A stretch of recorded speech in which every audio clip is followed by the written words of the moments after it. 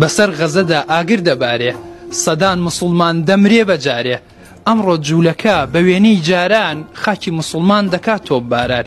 دەست ناپارێزێ لە منداڵ و ژن خەریک کوشتارە جوولەکەی دوژمن چونکە ئەمریکا پشتیوانیەتی بە شەو و بە ڕۆژ پاسەوانیەتی 75 ساڵە زاڵمی بێدین داگیری کردووە خاکی فەڵەستین کوانێ غیرەتی عەرەب و کۆمار بڵێ بوەستە زۆر دارستەم کار کوانی هەڵوێستی مسلمانەکان کوا مافی مرۆڤ کوا زلهێزەکان واستەمکاران ئاگر ئەدەن جۆش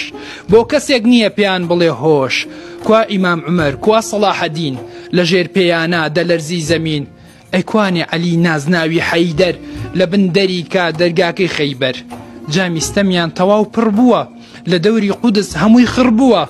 زۆریان نەماوە تیاچن نەمێنن مسلمان تۆڵەی خۆیان بستێنن کاتێک کە خڕبن زۆریان نەماوە چونکە خوای گەورە پەیمانی داوە ڕۆژێکیش هەر دێت کەسیان نەمێنێ ئیسلام غەرقەدیان لە بێخ دەربێنێ